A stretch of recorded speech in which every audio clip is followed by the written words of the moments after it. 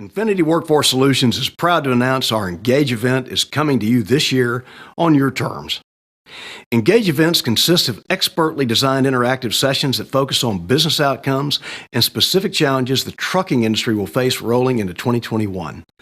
Topics covered include insurance trends and forecast, expert legal perspectives, future readiness by industry leadership, and risk mitigation into 2021.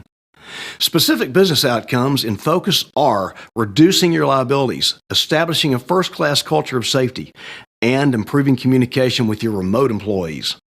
It's the fastest way to start preparation for 2021 while meeting with like-minded and strategically focused professionals like yourself. Note that this event is a no-sale zone, no gimmicks, no pitches, and absolutely no selling. As proof, this event provides professional development credits through NATME.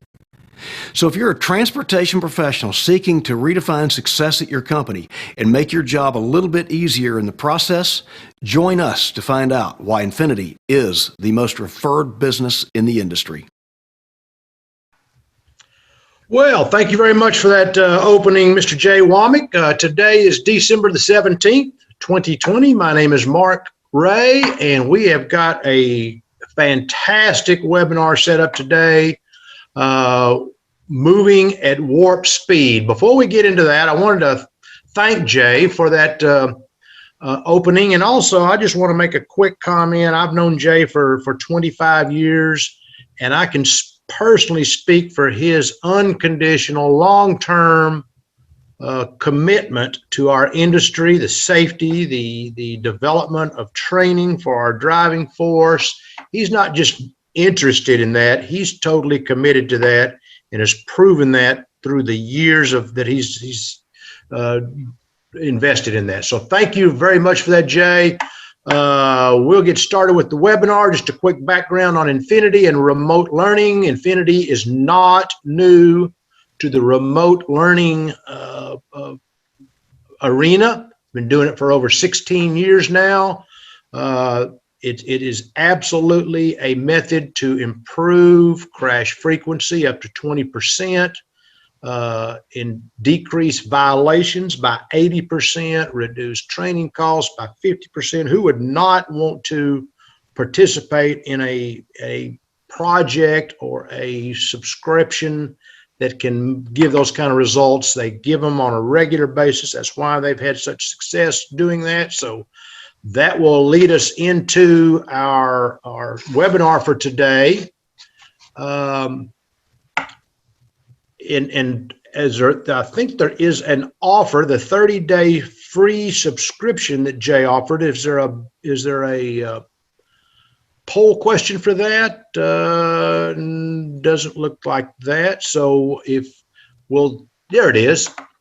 If you want to take up Jay, all you got to do is answer yes. Sign me up. We'll get you fixed up this afternoon.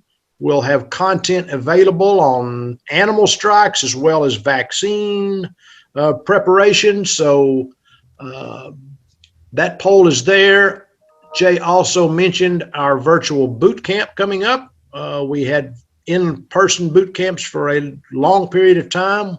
We've had our first virtual. It was a huge success, so we decided to do another one. January 19th through the 22nd, we'll have a defense attorney on there. We'll have an insurance representative on there. We'll go over the details of how you can prepare your risk package for renewal for 2021. There's a lot of information on how to prepare for the nuclear verdicts and avoid the nuclear verdicts out there. So that's coming up January 19th through the 21st. So all that being said, today is moving at warp speed. Moving at warp speed. Thank you again for joining us. My name is Mark Ray, and 2020 has been quite a year. The healthcare industry has approved a vaccine, as everybody knows. Another one, I think, is pending approval. And we are now entering the distribution phase, which we will cover today. Our industry, the truck transportation industry, has been tasked to deliver, which we have in the past through hurricanes, 9/11, and I'm 100% confident that we will be able to deliver as well. So, joining us today is we've got two guest speakers. My name is Mark Ray. I've been in the truck transportation industry over 35 years, Frozen Food Express, and I have gone through a lot of ups and downs, as everyone has, but never a pandemic. Joining us from the great state of Arizona is Mr. Ray Flemming. Mr. Flemming is president and founder of Transportation Specialty Consultants. He's got extensive knowledge in the risk. I will also note that he was the Loss Prevention Professional of the Year with the American Trucking Association. He served as national chair, vice chair, and committee chair of the Safety and Loss Prevention Management Council, and he is actively involved in the process and the execution of Operation Warp Speed, which we will get into in just a minute. Also joining us today is Lindsay Presley, a graduate of Texas A&M, a proud graduate, an Aggie. We always need more Aggies to help us maneuver through these situations we're in. She's been a fleet manager for 1,000 truck fleet. She still collaborates and communicates with a lot of drivers in the field, and she will be representing the drivers in the field today with some questions that she has for Ray as we go through our presentation today. So if we can go to the next slide. I want to start off with a question for Ray. Ray, you and I have known each other for, well over 20 years, 25 years. Is that right? I think you're on mute. Yes, sir, it is. Okay.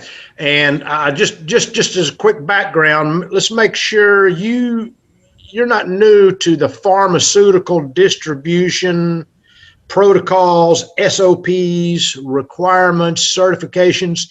Tell us how you got involved and what you're doing now relative to Operation Warp Speed. In 2000, I was approached by a company to that they wanted to start hauling blood plasma. So I had to do a great deal of research to find out how the equipment would work.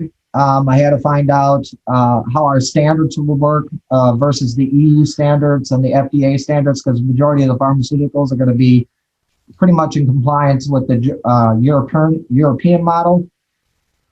So we got through that process in about a 6-month period of time. We were the first one in the United States that was given a satisfactory rating right out of the box. Shortly after that, in 2011, I spent a great deal of time starting to figure out how to track pharmaceuticals, both from a safety and security standpoint, as well as temperature integrity. And then in 2015, I got heavily involved with the Drug and Supply Chain Act, and that is going into effect in 2024. So I've been doing it for quite a while.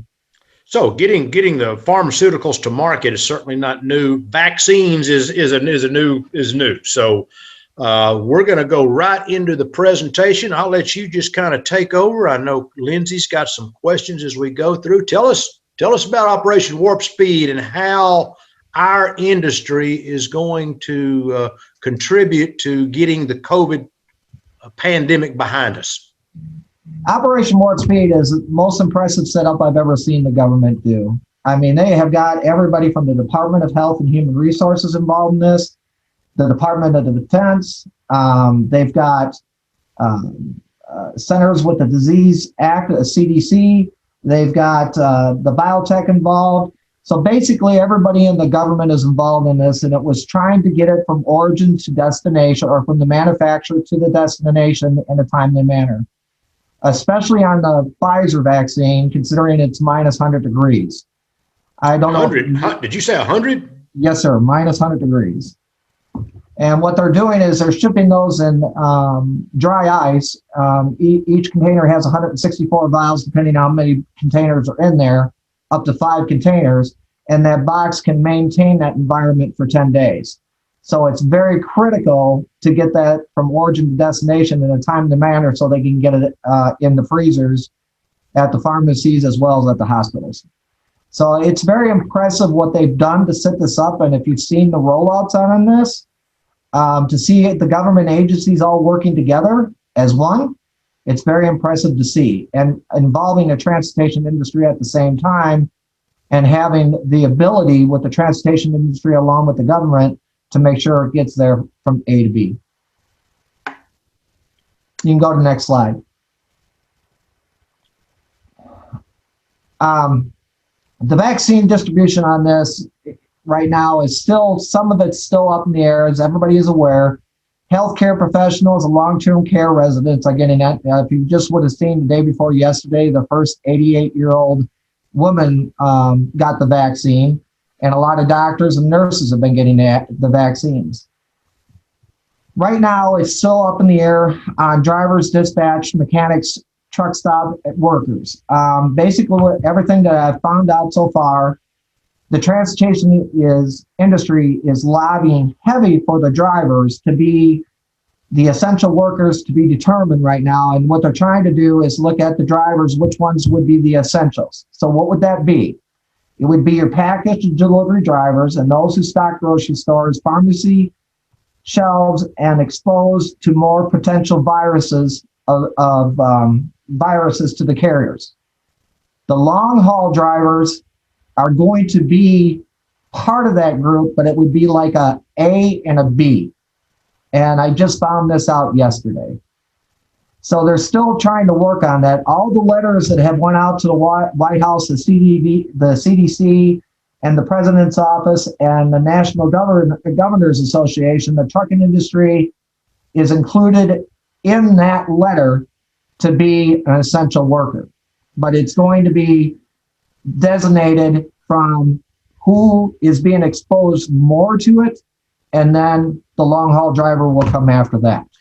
Now, Lindsay, obviously Infinity has a platform to help our clients spread this information. I'm going to assume that when this information gets a little firm, that Infinity would be a platform for getting this information distributed. Absolutely. So any information that carriers grabbed from CDC or FM, any websites, they can take that information, stick it on Infinity, and send it right out to their drivers immediately. Gotcha. So Ray, I have a question for you. The essential workers you were listing off sounds a lot like the essential workers that were considered essential in the hours of service emergency declaration. Do you think that will be used to make the determination? I think that's what they're going to model. From all the research I did in the last couple of days on this, I think that's the direction they're going to go. If you notice at the hospitals, it's going right down to the janitors that are being considered as an essential worker. But the model I just explained to you, where it's going to be the drivers that are exposed more frequently, like your package deliveries and so on and so forth. And that would be like an A, and then after that would be the B for the long haul drivers because they're less exposed. Does that answer your question? Yeah, I think so. Okay, you can go to the next slide. The Drug and Supply and Chain Security Act really was scared off a lot of people when it first came out. But it's not as difficult as what you think. And what it is to achieve a high level of transparency in the distribution of prescription drugs. 10 years ago versus what it is now, it had to be done. So basically, from the point you take a pharmaceutical, they're going to be able to take it and you get ill from it. They're going to be able to track it right back to where it got manufactured, all the way from the manufacturer through the cold chain, through the transportation to the shelf and to the shelf life to figure out if the product maintained its stability. The standardized method is to identify, track smallest suitable units manufactured to the consumer at every stage and unique with identification barcodes. So each in particular drug is identified so they can follow that track all the way through. In some cases, the military is tracking the biocontainers. But it still comes down when you get into the transportation side of this. The carriers must track their own drivers, their trailers, and are required to maintain records for 10 years on that. This is the biggest difference on it, is the maintaining of the records and the SOPs that go along with that. But that is the biggest point of this. And it really, like I said, in the beginning, everybody was sort of afraid of it. It's supposed to be fully in effect by 2024, but due to the pandemic, I am not sure about that, if they'll extend that out. You can go to the next slide. When it comes down to carrier qualifications, when you're trying to get into pharmaceuticals, it's really no different than setting up a safety protocol. You're setting up your IQ, which is your installation qualifications, which is your validation process, because you're going to validate that trailer, which we'll get into in a minute.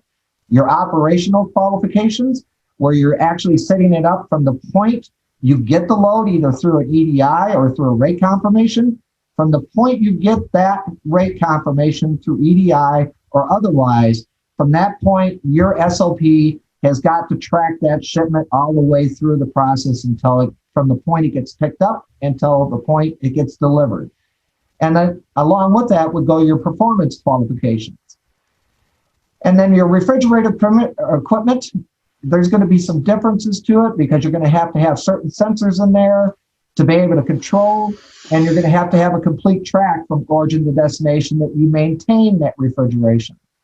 You're going to have some pretty stout operating procedures, but when you set up the operating procedures, you're setting it up per the regulation. The regulation is a guideline. How you set up your SOP is how you would have to run that setup.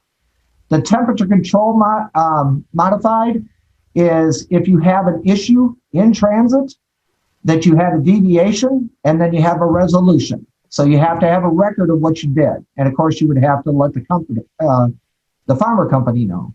Time and temperature sensitive farmer product, it's not as hard as what you think. If you've hauled ice cream or if you've hauled seafood, it's really no different, only you've got a complete track of everything you go through. And from the record keeping standpoint, the most important part about it, because along with your record keeping, you're going to have video training for your drivers, driver tests for your operational people as well as drivers. Basically, everybody in the company takes a video training and takes a test. And Lindsay, my question to you, does Infinity offer the ability to customize videos and customize records that the drivers can do it online, so they don't have to come into their corporate offices to be able to take all these tests? Absolutely. And that's great for over-the-road drivers, because it's hard to route them back into the terminal most times. But any content that we have, you can send it out to your drivers. Or if you have existing PowerPoints or PDFs or videos that you've recorded, we can upload those to the system for you, assign them out to your drivers. If you send us a list of questions, whatever you want to test them on, we can upload those. We can even set it to say they have to make 100%, get everything right on these questions before they pass. And then after they pass the test, you get a record of comprehension for them. So you can keep that on file. And it is secured and proprietary to that company, correct? Absolutely. Yeah. Anything that a company sends us that we upload to the system, it is only available to their drivers or to their workforce. Yeah. To any employees. Perfect. Because in a lot of cases, a lot of carriers try to figure out how to be able to set it up internally so they don't have to bring the drivers into the terminals, where they can do it remotely. And it doesn't so much inflect on what that driver's ability to do. In other words, during his time off. Or during we've even recorded companies, town hall meetings where they meet up once a month and ask the drivers to come in and make comments and stuff. So we can upload that and send it out to everybody, just so your whole company is on the same page, and that opens up communication for everybody. Perfect. Thank you. Mm-hmm. After you get your drivers trained, of course, they're certified. But in your training, it's very important to understand everything that's going on in their surroundings. From the point that driver departs, which in most cases he has to roll a minimum of 250 miles. Cargo theft, of course, in any kind of pharmaceutical is a higher risk. So being aware of your environment and being aware of where you park and where you stop, all that has got to be pre-planned and in your operational procedures. So if you do have extreme driving conditions, you can go back to that driver and you've already got a plan on what to do. So if you do come up on that, you have the plan where to stop before so he doesn't get into the bad weather where you can stop to let the roads be cleared. That's all in your emergency procedures and your communications with the customers.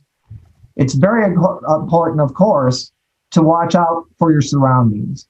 For diddly errors with cars that can make it around the large vehicles, everybody's aware with that. So it's being very safety conscious and the ability to use a driver. And in most cases, most of the companies that I've set up to be able to do this, they're using their long-term drivers that have over a year experience and have a year reputation. Yeah, Lindsay, I noticed you've listed a 2 or 3, 4 existing Infinity contents that are applicable to vaccines. We're also in the middle of December, and we've got fog, ice, animals, strikes. Tell us a little bit about some content that's existing and available immediately. Absolutely. So we actually just updated our animal strikes video, and it is fantastic. So, it gets darker earlier. It's cold outside. There's lots of animals all over the road. So we just updated that video. It's great information. And all of these can be used not only for, behavioral modification for your drivers. These are great refresher courses. If you've got a driver out there that's been, if he's been on the road for 6 months or 20 years, everybody needs a refresher. Everybody needs to, keep this stuff on the top of their mind so that they're thinking about it every time the sun goes down. We also have an entire coronavirus series. So from everything, how to properly wash your hands to, the hours of service exemptions, we've got several videos that have to do specifically with coronavirus. So a lot of the drivers have been loving those videos. Great. Thank you. You can go on to the next slide, please. Validation process, I'm not going to get real detailed into it, but what it basically comes down to, you don't have to think to yourself that you got to go out and buy high-end trailers where they got belly units and everything else. It just really depends on the customer and what the customer requirements are. Like I stated before, on the Pfizer, it's 100 degrees, minus 100 degrees. You do not have to maintain that. They're running those refrigeration units at minus 20. The boxes themselves can maintain themselves for 10 days, and that includes between the plane and everywhere else. As you're going through the validation process, what you're doing is confirming that your refrigeration unit can maintain a minus 20 degree environment, stay within plus or minus 4 degrees, and what happens when that unit breaks down, and how often or how long can that trailer maintain that product temperature. I have done vaccines on a regular standard trailer. We had to customize a few things inside, but the product sensor that you put inside that trailer, it's very important to understand that trailer so you can show the auditors, because you do have to go through auditors, that you can maintain that.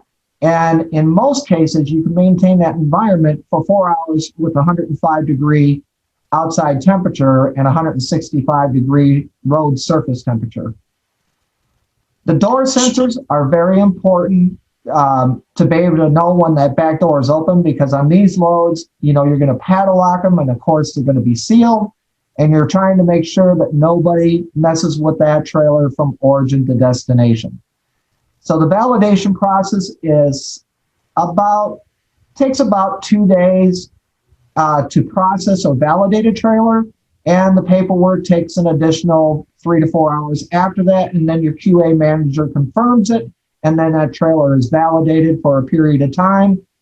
Once that trailer is validated, if you change out a refrigeration unit or a compressor, it has to go through a revalidation process, or if it's wound up with a scratch in the side of the trailer, you still have to go through that process. So the validation process all goes along with your standard operating procedures. So the bio containers contain the vaccines at minus 100 degrees, or at least on the Pfizer, and then the air circulation inside the trailer is minus 20. Is that the transport requirements? When it's in a refrigerated trailer, yes. Okay. But when you're when it goes into the airplane, the box itself is maintaining that. They do have air that goes around them while it's in the plane. Gotcha. The dry ice itself is what keeps it stable. And like I said, it can be stable for 10 years. Now, the new one that's going through authorization today, that is going to be a minus 20 degrees Fahrenheit. So dry ice is not necessarily going to come into play here. I haven't seen that side of it yet. I've only seen part of it. So I don't think dry ice will be a factor in the second one, which is the Moderna. So when the new round comes out, the vaccines won't have to be kept at that temperature, that low? No. Okay. So this is where, right now, I think everybody sees that FedEx, UPS is using it. When you only have a 10-day window to get it from origin to destination, they had no choice but to go this direction. However, the next set, you're going to see a lot more carriers getting involved. I'm sure some of you seen some of the carriers that were involved on the first ones for the Pfizer, but you're going to see more of the other carriers have been doing business with this, and it's a very good business to get into. You can go on to the next slide. The security requirements on these, of course, are a little bit more stout. In most cases, it's team drivers. In some cases, it's going to be solo drivers, but it's only going to be solo on short distance. You are going to get some cases where some of this is going to be on sprinters for the last mile. Out of route is not allowed, so you have to pre-plan your trip from beginning to end. So you can justify your complete track of that truck and trailer, being you are tracking the truck through GPS and you are tracking the trailer through GPS. Therefore, you are tracking the product. Consistent monitoring, where it's updating that device. In some cases, some people update them every 30 seconds. Some people update them up to 3 minutes. Again, it comes down to your qualifications and to the qualifications of the regulations. It's up to you how many times you want to be able to see that being monitored while it's in transit. As you're monitoring that, you're monitoring the temperature. You may, in some cases, be required on escorts. As you've seen on the Pfizer, they're all being escorted. Anywhere from U.S. Marshals, you name it. They're monitoring these because right now, nobody knows for sure, but I can tell you one thing. The bad guys, if they could get their hands on it, they would. You could have up to 75 million. In most cases, you won't know how much is in that trailer as far as the value-wise.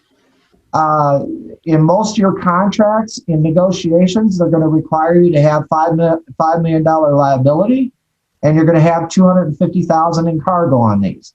In some cases, I've even seen it at $100,000, but in most cases, it's at $250,000.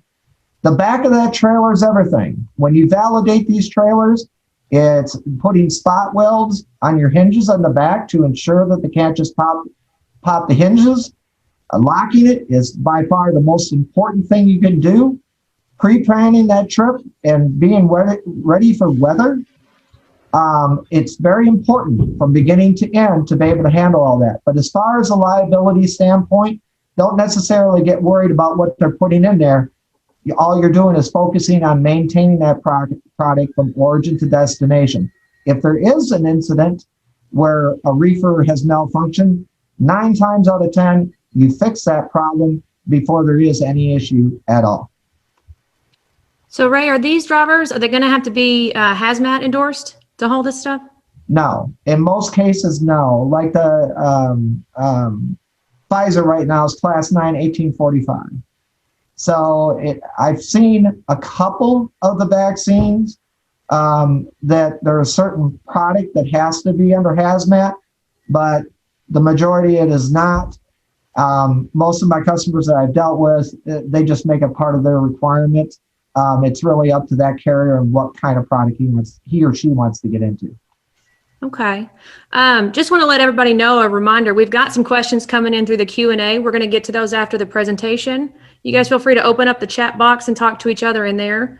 So Ray, we've got some good questions coming in. I'm excited to get to those. So one question I have about the security requirements, you said these are going to need constant monitoring, possibly teams. What happens if like you get out there and a truck breaks down or one of the drivers gets sick or something happens? Are they allowed to send another tractor out to pick it up? Are they allowed to repower? It would be set up by the emergency response protocol that you got set up in your standard operating procedure that both the customer has agreed to and you've agreed to. So yes, there is situations where you've got an engine that's went out and you have to switch it out. There's a protocol that would go with that. You've got a driver that's gotten sick. There's a protocol for that where you switch that driver out, where you have to get them to an emergency room. So yes, there are situations for every single one of those, but it all comes with your protocols where you're communicating with your customer while that process is taking place. In some cases, they may want a third party there if you have to switch the truck out to make sure that that trailer is secured until that truck is back underneath that trailer. Okay, so you have to have language in your procedure in case of that happening.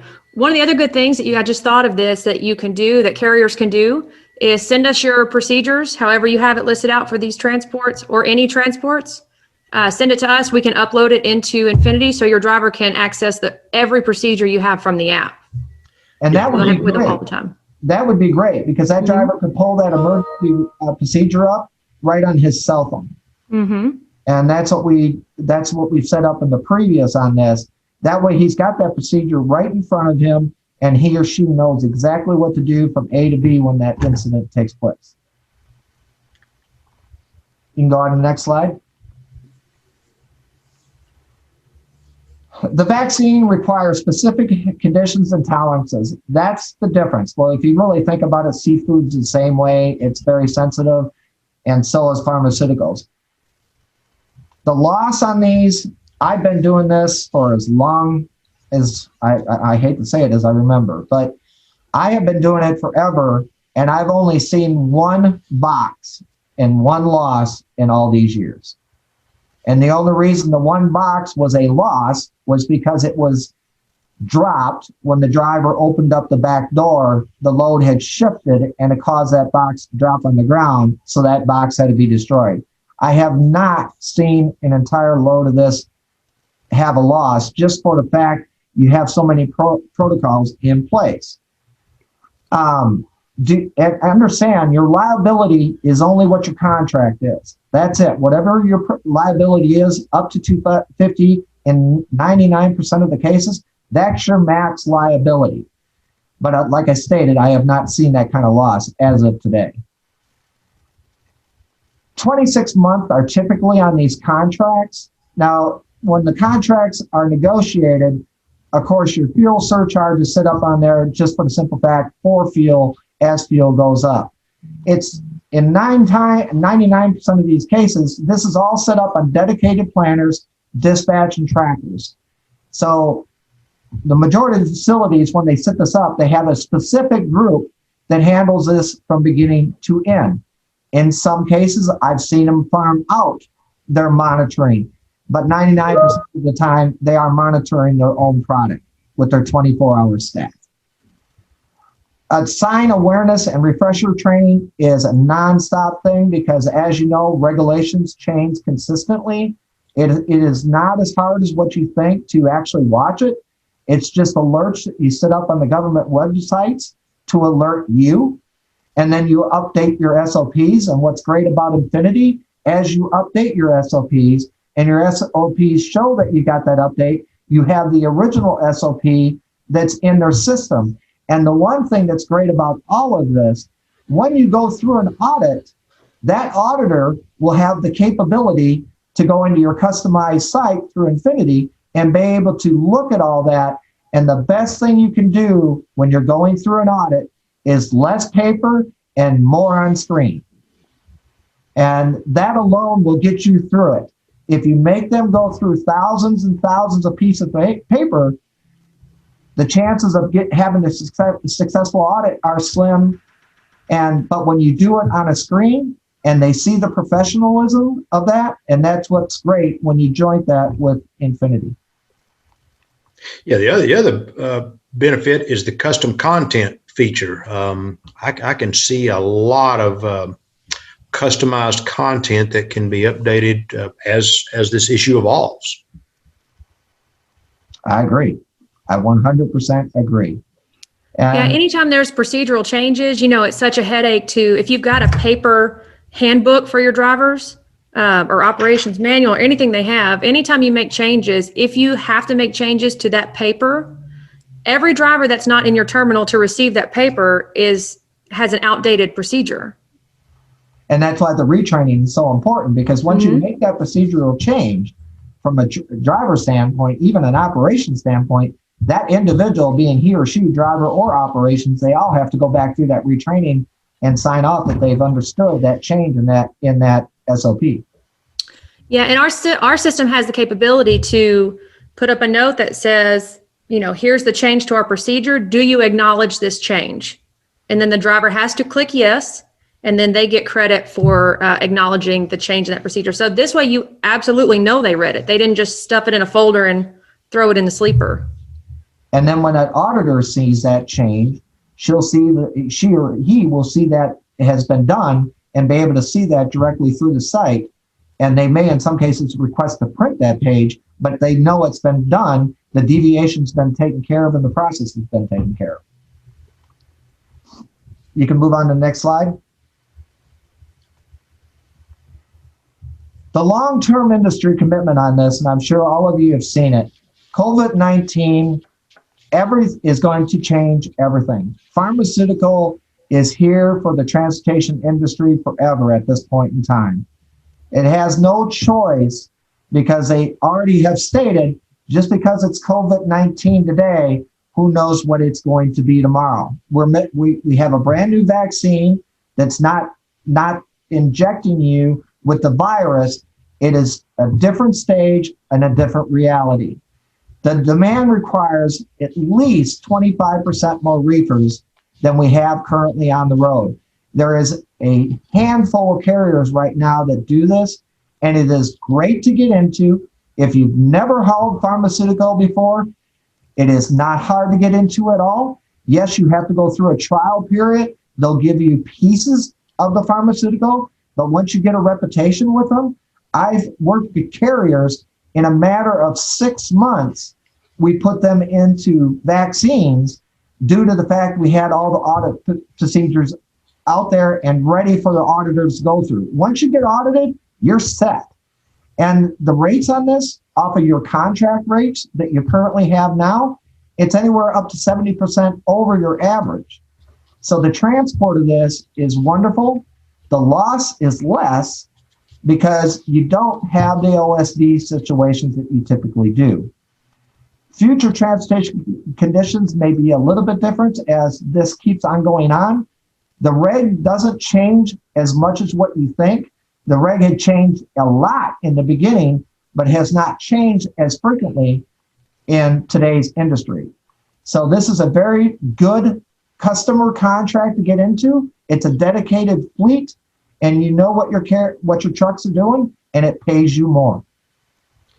But it certainly requires a really full court press commitment to making this work. Is that a fair statement? From your CEO down, once you've made a decision to do it, you set up the SOPs, you set up your validations. It has to be a company commitment, and you can intermix your fleet managers and your drivers, but you want to go with the most experience you can, but you don't want everybody to do this. You want a very specific group to do it.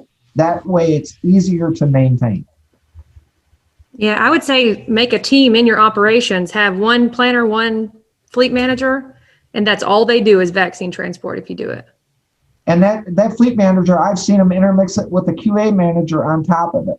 So don't think you have to go out and hire extra staff for it, because as we all are aware, in any terminal, you've got people that are well qualified that are looking to advance, and you just bring this into that mix. And there's classes that are out there all day long for QA managers that can certify themselves. You don't necessarily have to be certified, but if you want to get further down the road with it, there's things you can do to get certificates for your own staff within your own terminal. You can I have a question for you, Ray. So we talk about, our industry is stepping up to make this happen. We're at the beginning of COVID, our truck drivers had the hardest time getting food, getting showers, going to the bathrooms.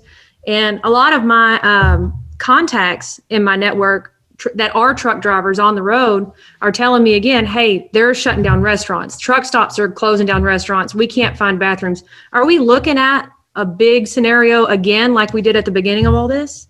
100%. I don't know if you've seen this morning, but it was the largest day yesterday as far as deaths go, and how many people were tested positive again. This is not going away. It's going to get worse before it gets better. Even though we're starting to use the vaccines, we are going right down the path again. It's already happening in Arizona. They've got some of the rest areas shut down. And I think we just went into a curfew here at 10 o'clock. It's all over the United States. So yes, we are going back into it. So it's very important from a terminal standpoint with your drivers to make sure that they're aware of this and aware of what's going on. We're back to the situation of putting coolers back in the truck to make sure that they have food. And bathrooms, unfortunately, are going to be hard to come by. Now, I've tried to reach out to the to the Truck Stop Association to find out what they're going to do about the restaurants or the restrooms. I think they're going to go down the same path they did before, where they're going to keep the restrooms open, but they're going to go through a every 20-minute cleaning process. So we need to definitely get prepared for that now, because that was scary back then. Very much so. So I'm going to go ahead and move on to the Q&A. We've got some really good questions coming in. Is that okay with you, Mark and Ray? Sure. Yeah, I just want to follow up on the pandemic and the fact that our industry, the truck transportation industry, has faced multiple obstacles and problems. We will deliver. We will figure out a way to get the vaccines delivered, as well as the foodstuffs and the necessary items that are being transported. Our industry has got a very, very good reputation in stepping up to make it happen, and I certainly anticipate that to happen as well with Operation Warp Speed. So let's get on with some of the Q&A, Lindsay. Okay, absolutely. So this one is very interesting. In your experience, has anyone ever seen this level of security for trucking loads? And if so, were there any lessons learned? Yes, there was a huge problem in the United States with baby formula. And a lot of those loads back when it was happening, which was about 11, 12 years ago, a lot of lessons were learned on that because they tried different avenues. So the lessons were learned, but I've never seen the security as high as what it is right now in these vaccines. We look to the seafood industry too to learn how to ship dry ice for these, right? Yes, it was amazing. That was the only place they could go, was trying to figure. They went directly to the seafood companies that had already had this ability to be able to handle it. So that's where they learned about the dry ice and how to do it. One of the other questions is, will brokers be allowed to transport the vaccine? Most of this is going to be, yes. Some of it's direct and some of it is through the brokers. Certain brokers are going to have the ability, but there's going to be certain requirements a little bit different than what you've had before as far as being a broker. What I want to try to say to that is, typically in a broker situation, if there is an issue with the carrier or with a loss, the broker was sort of a third party in that. The carrier becomes more of one with the broker in these particular cases. So there is a difference in it from a broker standpoint, but yes, the brokers can be part of it. Okay. So there's a couple of questions in here about who is considered essential. One of the things that I've been thinking about, the states are deciding who gets the next round of vaccines, right? Ultimately up to the states. There's a Yeah. guideline, but it's really ultimately up to that individual state. Okay. So with truckers though, they're in they're in a unique situation. So let's say there's a situation where a driver works for a trucking company that's like based out of Texas. Okay. Driver lives in Florida and right now he's available or he's driving through Michigan. So which of those states jurisdiction does he fall under at that time? He will fall under wherever he is licensed out of, whatever state he's licensed out of. So if he lives in Florida, let's say he lives in Florida and he's in Michigan, and Michigan has different rules for drivers than Florida does, would he have to go back to Florida to get it? Yes. Okay. Oh, that's good to know. Yeah, you have to have ID, and there's a list. You're notified. And like I said, it took me some time to dig it out, but I finally got a hold of it yesterday. Like I said, it's going to be package delivery drivers, those who stock grocery stores, pharmacy shelves, anybody that's exposed on a regular basis. And then after that will be the long haul.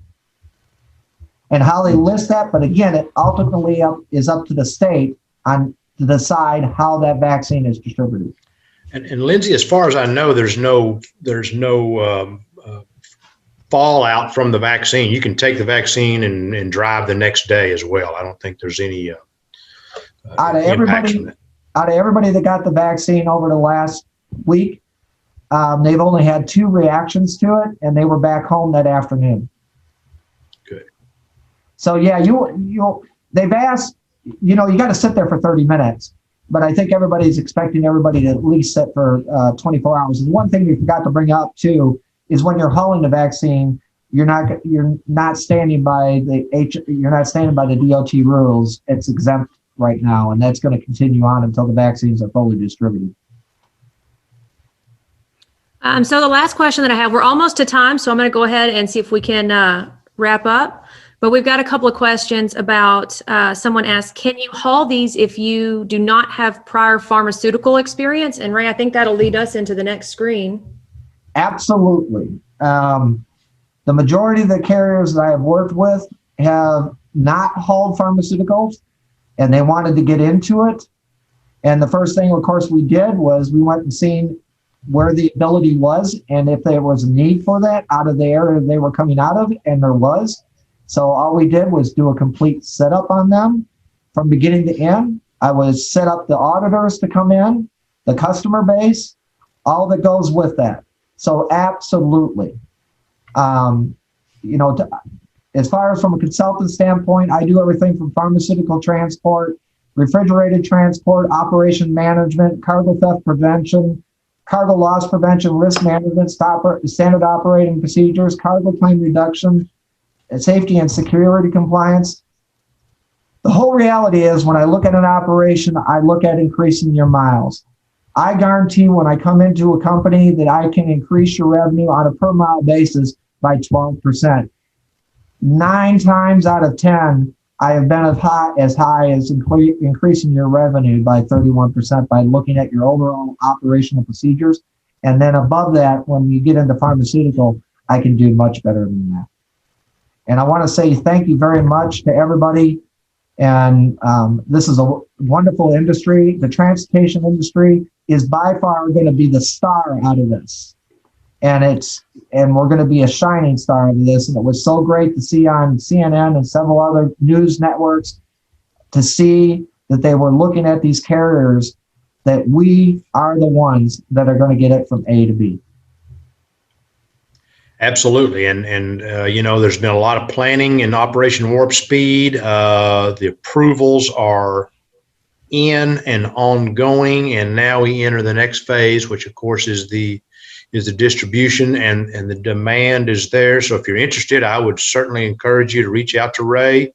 The other thing, obviously, Infinity can provide a platform to get these emerging issues. I think the question that Lindsay asked, if you're based in Texas and I got a Florida CDL and I'm traveling through Michigan, but I need to get my vaccine, what do I do? Is a very relevant question, and it's going to be unique in a lot of cases. And we got to get solid information, not truck stop rumors going around. So If you, and the other thing is, while we're here, if we can go to the next slide, please. Thank you, Ray. And it's certainly understandable why you won the award as Loss Control Professional of the Year. And I know you and I have been involved in many cargo claim disputes, and I think we are very lucky for our industry to have someone like you represent us as we go into the distribution phase of warp speed. Thank you, Mark. If I want to get a quick plug here for our next Infinity Engage boot camp coming up in January. As I said, we had a very strong response in the previous one we did. We'll have a defense attorney. We'll have some specialists in insurance and risk management. If you'd like to take Jay up on the complimentary free 30-day trial, just click the yes on this poll question. And if you would like to talk to Mr. Flemming and TCS about how you can get involved in the transportation of vaccines and pharmaceuticals, just plop in a yes right there. And, today's a great day to take Jay up on the offer. Lindsay, you talked about fog, ice, all the other December hazards that are out there. We've got content already developed. If you wanted to subscribe, you could literally get that out to some of your drivers this afternoon. Is that a fair statement? Yep, we could do that today. We get you set up, send us a list of users, and we can do it for free. Free trial for 30 days. And Brittany is working those. She's a great client success rep. She's fantastic. By the way, Mark, while we're talking about Engage, I'm looking through the participants list, and there's a couple of people here at this webinar that I got to know during Engage. So I wanted to say hi to Mike, Tracy, Tony. Good to see you guys again. I hope y'all come to the next one. We got lots of games, lots of prizes, lots of information. And actually, one of our days this upcoming Engage is going to be about human trafficking in trucking. So very important information. Huge issue.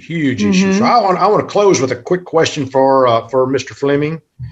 Ray, in your professional opinion, after the many years that you've invested in pharmaceutical transportation, will Operation Warp Speed contribute to the successful battle against the coronavirus?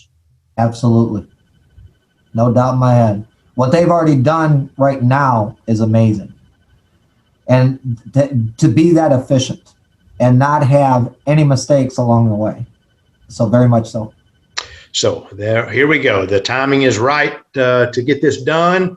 We've had a full exchange. I know a lot of you are asking questions about, can I get a copy of this webinar? We will certainly follow up with all of those. The answer is yes. There will be a recording of all this. And I wanted to sign off for 2021 and wish everyone a very Merry Christmas. Thank you for listening, and we'll see you on the other side. Thank you very much. Thanks, everyone. Thank you, Ray. Thank you, Lindsay and Ray, very much. Absolutely. Merry Christmas.